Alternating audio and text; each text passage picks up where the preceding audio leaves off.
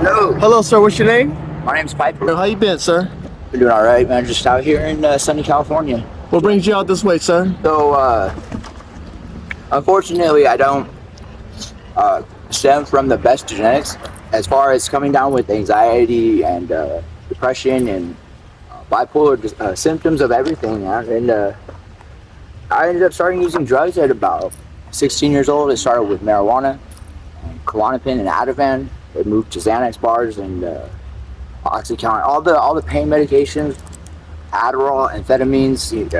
It was just everything. Like this horrible stuff. And I found these two people here, and apparently I don't have very good memory. So I feel bad because every time I see them, I know who they are, but it's like I know they're not gonna hurt me or anything, but I still feel this presence of like greatness coming by because these people really care about the kids. Appreciate you. This watch I just got is the Samsung watch, right? I just got a new battery pack on it, and I'm so invested in what we're doing right now that I put it underneath there, and it's charging now on my wrist, and I think that's so cool. But what we need to do is get this message out here to children that young teens that are just now starting to venture out into the world that, yeah, it's a beautiful world, and the world is your oyster, but you need to be very careful and very private about certain things. You don't want to share about what you do in your private life with your friends. Tell us about your childhood, sir. Well, my childhood started at 93. I was born May 7th, a Taurus, and honestly, I didn't feel like I fit in growing up. I followed my brothers, and as far as who was going to become more dominant and things of like who told who what to do and who was the barking orders or whatever. I feel like I never got to shine, and I always felt very like always never covering up enough. Like every year they would say they'd have, oh, we have this 12-year-old club, 13-year-old club. Every year would change, you go up a year, and I would still be a year behind. And I never understood it, even though it was so basic, but I was never gonna achieve being in their club because they didn't want me around. So drugs generally came into play when I was at school. I'm not gonna lie. My mom gave me some of the drugs because they were given to her from a doctor, and a doctor says something that is good, well, then it's good, right? I mean, but that's not how it really is. These kids these days are using drugs that are killing them, and they don't even know what they're taking. I hear lately fentanyl is a really bad issue. Fentanyl is a drug that they use in major operating surgeries. They use it in pain management. I can prescribe fentanyl patches myself. What's your drug of choice right now, sir?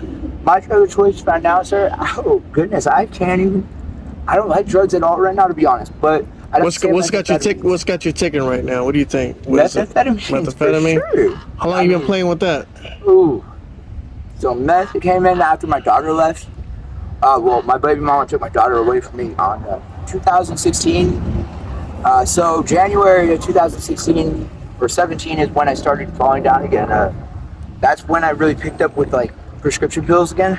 I started using Xanax to numb the way I was feeling, and it really helped a lot because I could still work, still make friends, I could still, impress a girl or become what I needed to become for everybody else. Sir. When you look at methamphetamine and from the beginning to where you are now, how did it grow into this monster that it is right now, this demon? Monster. Dude, I don't even know. I started with just I was smoking weed. I was sober, right? I was sober for a good minute, and I was in sober living, and I got in a fight with one of the leaders there, and I moved out on my own. I went downtown to University in Brockton and found a place to rent on my own. Took Social Security money, and I had a place that was stably paid for. And one day, when there wasn't enough marijuana in my pipe to make the feelings and the stuff stop going on in my head for about, I broke the rules that my mom and I had, and meth and heroin became an option to keep me alive. And do you do one to complement the other? Is it like you? Oh yeah, definitely. Yeah. At first, it started with just using meth. It was a thing of going out and being able to run around with friends at nighttime because, like, a lot of people that use methamphetamines, they hyper focus on things. and they will speak out for hours and hours and hours, and they pig, they get scabbed. It's horrible, but the heroin, it seems to knock you out a little bit more and relax you, make you feel more mellow about what you're thinking about. Methamphetamine is great at mimicking effects to making you feel better, thinking you're doing better, and that you don't look bad. I mean, I would love for you guys to give me a ride to the east side of Riverside at Chicago University, where I just met this kid who I've never met a meth addict so bad as him except myself. And it was so sad last night, before I was falling asleep, he is just going off and off and off on every different thing about boom, boom, boom, boom, bang. And I'm like, oh wow, his everyday high is my high one time, or like for a good 10 or 15, 24 hours. My high is like that. It mimics it. It makes me feel like, oh, I'm so cool. I'm mimicking this. Like, this is what I got. And you start making up stories and shit. And, you know, you try to validate them or whatever. But real talk is like, those stories are very one-sided because they come from you. So, yeah. Sorry. Yeah. You got family in here that's looking for you, or you just by yourself? No, man. I'm out here. I feel like everyone is my family. My family. Well, on the real, you have like some blood looking for you? No, sir. No. My mom is in contact with me right now. We're taking a break from talking though because we got in an argument last week, 2 weeks ago, about a week and a half actually. She didn't want to help me get a ride to go pick up some belongings from my friends from my car that they stole from me, and then got the car arrested the next day. They got it towed. Well, no one, including the police and the insurance company, no one informed me where my car was at for 3 months. So all their belongings that they had to their name were in that car. So I ended up being the one to pay for them to get it back too. What would it take for you to hit rock bottom and be like, I'm done with this stuff? I'm already there. You there? I'm there every single day I wake up. Yeah. I know that when I wake up, if I want to be happy, I'm going to work towards a better day for tomorrow, because right now I don't want to be there. I don't want to be there. This girl I thought that was kind of cute and was playing with me today, just being cute or whatever, walks out from behind some building and starts screaming at me and one of my friends, and she's got her shirt off and it's just a bra, and she's got her shorts on, and my friend is like, oh, she knows what it is, you know. Well, out of nowhere, 2 patrols pop up, 2 Riverside PDs pull up on her, right? And I'm thinking, wow, what's going on? I wonder, like, what's going on? They stayed with her for about 45 minutes to an hour, pulling up. They had undercovers everywhere around here, you guys. They had undercovers pulled up and pickup trucks and stuff like that. They're all talking, kept talking to her. Well, I slid by a couple times and would say stuff to her and try to, you know, engage with her, make sure, let her know I'm gonna get her out if she's in trouble or whatever. But she's not under 21, and she chooses to go and do these things. You know, women can use. What do you do to make money out here? Right? Oh, to make money, man. To make money out here on the streets. I mean, you don't gotta get too specific. People call it your hustles. Yeah. I usually just hustle up phones, like prepaid phones, all the new popular iPhones, Androids and stuff like that. So you run in the stores and run out with them? Is that what you're doing? No, I buy them, but I buy them on like sales, and I buy older models and used models, and I stack them up in insurance companies that fix them and whatnot.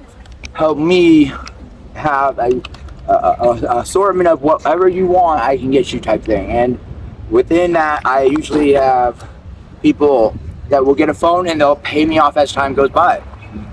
Putting someone on or whatever is when you put someone on, pay for their drugs or whatever their hustle is, and then they pay you off as they go. And they can build up their little empire, and as long as you two continue doing good business with each other and your clientele, there's no problems. But we all know that doesn't last forever, right? So a lot of people just put you on?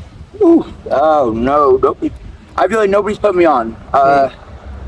I just continue to, like, I'm not gonna lie, a couple days ago, I did not want to live. Like, I was looking like this kid I want to introduce you to, where I would not stop talking for, oh my God, must have been like 8 or 9 hours straight where I just did not stop talking. You know how like people look at you from the outside. What's your mindset right now? How are you feeling physically? I feel like I physically look like a weirdo. That's why I wanted to go get some shoes. But like I know physically, but like, where's your mind at? Where's your heart at? Your spirit? My mind Yeah, like is you. at the bottom of this bottle of water. Yeah. My mind is it's hurting. It's hurting. I'm scared of this kid, dude. He scares me. I don't want to be around him anymore because he's that bad into meth that he thinks that it's all real. And How long you been up for? Myself? Yeah. This time I slept last night. I woke up this afternoon, so I slept about 6 hours today. Yeah. But before that, I hadn't slept for 3 days. So Yeah. this kid hasn't slept for probably about 5 or 6 days now. You might want to stay away from that individual. Yeah, you know what? It's one of those situations where he's going to do what he's going to do, and unfortunately, because of his addiction, it's just something that's getting swept under the table. What's some advice you get to the babies out here that can hit the streets for the first time? Oh man, don't tell everybody your business, man. You don't need to tell everybody what you're doing, where you're going, what your plans are, who your people are, what your family is. You know, let the world unravel it for them. How does that work against you if you start telling your business? Oh, my business doesn't really work against me because my business is. No, I'm talking about when have you seen that work against someone? Oh, I've seen it work against me myself. Yeah. Just yesterday, I got a couple $100 sent to me. Right, I'm supposed to first thing buy a motel room. As I'm about to go pay for it, my phone beeps and Cash App shows that I spent like $77 on pizza in Temecula, and I'm in downtown Riverside. So I know that one of my girlfriends, took my phone and paid for pizza. Well, then next thing I know, Amazon's popping up, and it's $30-some, and it's $7, $10, whatever. Because you say you had the money coming in. Oh no! She knew I was gonna have money. Notifications. Definitely, yeah. She had my phone, but it was a situation where she popped up, grabbed one of my iPhones. I was doing a lot of in and outs for jail at the time, and so she kept it and pretended that she didn't have it. But what's the worst thing you've seen out here in the streets that made you judge humanity and be like, man, this is wild? This kid. That I can't even remember his name because psychologically I just don't remember it. He touched you. It was no, man. I was asleep the whole day today, but when I woke up, I wanted to dip out because he was still talking like nonstop, and he talks about things that are not real. It's very, very apparent it's not real. Like he's not anything. He's not this person he's portraying, and it's very real to everybody. But I heard a lot of guys out here try to get like picked up for doing like homosexuality and all that. People proposition you. I met a kid. This kid goes by the name of Amanda. He is a big chubby kid, chubby cheeks and everything, man. But he's 19 years old, and he's been homeless for quite some time, and he stays in a homeless encampment over off University in Chicago, a little bit further up by the Taco Bell. But it's I'm not really involved with them anymore because I was trusting them, and part of me is to give people an opportunity, and his first opportunity was to go ahead and steal from me, and then to proceeding to not give back things that he was using of mine, paraphernalia, pipes, dope, that, and it's happened a lot. Honestly, there's everybody. So this guy, this individual's out here like pimping himself or something. Oh yeah, well he's a cross-dresser is what he says, or a transgender, but it's just a way for them to say that they're hurting and they don't know who they are, and they want to find someone they can become to make them feel like everything is the way it's supposed to be, because this world doesn't give us that. What would you do if you ran into that individual again? Amanda? Wait, her name's Amber. Amber, not Amanda. It's Amber. I'll run into her again. I'm gonna remind her again. Your friends did what they did, so I no longer associate with you guys. But you continue doing what you're doing, boss, and I hope you're doing well. And if I pass along you in the future, I'd like to help you out if I can. And honestly, just think about me. If you ever see me around, hit me up. But this is Alex. And all right, Alex. Where I'm at right now. Appreciate you. If you ever see us out here, man, you know what it is. We're here to help you. I'll see you guys. We're gonna do what we're gonna do. Today, hopefully we did enough. But we're gonna do some more for you, okay? Thank you, boss. Take care. Good, Alex.